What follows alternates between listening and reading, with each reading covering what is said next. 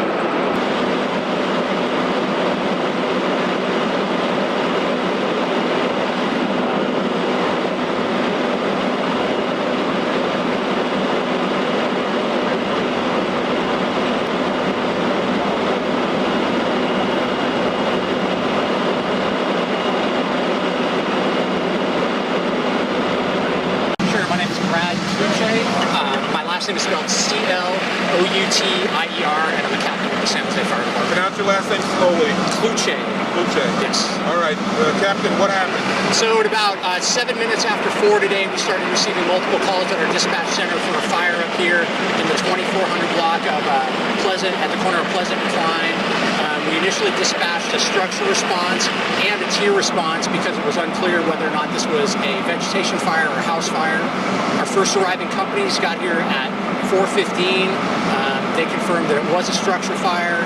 Right now we have a fourth alarm on scene, which equates to about 22 companies and somewhere in the neighborhood of about 80 firefighters. What sparked this fire? Right now we don't know what the actual cause was. Once we get this put out, then we'll start working on the point of origin and the cause of the fire.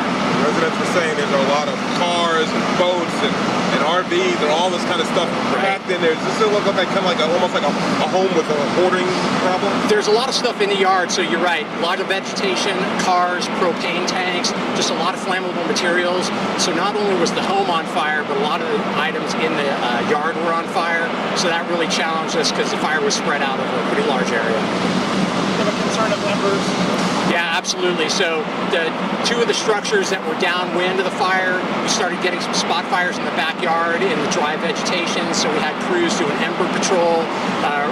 This house was pretty well involved when our first companies got here, so one of our main concerns was trying to keep it from spreading to any of the neighboring structures, which at this time, there may be some exterior damage to the structure to one side, but no actual structural damage at this time. Excuse me? Right now we're still working on full containment, so, and extinguishment. I would say it's contained, but we haven't got full extinguishment. No, we don't. On fires of this size, we don't really work on percentages of containment. Talk to me about how difficult and dangerous it is for firefighters when you're in a situation where you have things exploding, you have vehicles that have gasoline, etc. Yeah, absolutely. So, all those hazards with the amount of smoke that we had and it blowing around, sometimes those hazards are actually hard to see. So, we're trying to get close to the fire so we can put it out. Trying to be vigilant about any potential dangers that we might have in regards to, the gasoline in the tanks, propane tanks, tripping hazards, holes in the ground, all those things that we can't see when there's a lot of smoke. Any person inside, any people inside evacuated? The homeowner has been evacuated. He'll definitely be displaced. The home is probably going to be a complete loss. And then the neighboring structures, we were able to evacuate the people out of there. How many people? Right now it looks like we're going to have one person or two people displaced from one of the homes, and then there was immediately adjacent home, the people are out of town. Their housekeeper has actually come, and so we've got them evacuated also. What about pets?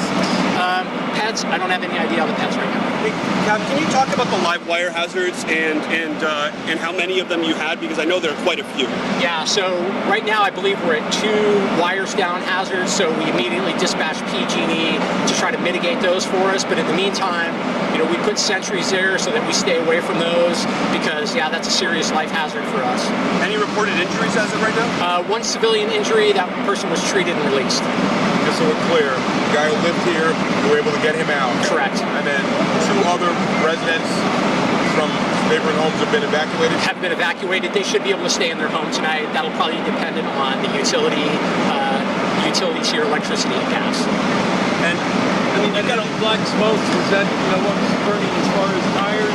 What was it? Yeah, a lot of that heavy black smoke was from tires, propane tanks, hydrocarbons. So the cars themselves, the interior, and then whatever other stuff was in the yard that was actually burning.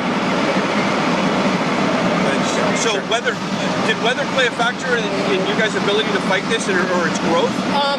Not significantly. There was a little bit of a breeze, so that was kind of pushing some of the smoke and the embers. Fortunately, not a big wind today, this afternoon. The warm weather we've had the last couple of days has certainly dried things out if they weren't already dry. And you guys expect to be here for hours and hours and hours, Yeah, correct? we're going to be here for quite a while, making sure we've got all the hotspots taken care of. Okay, can we get your name one more time? Sure. Brad Kluche, last name is spelled C-L-O-U-T-I-E-R.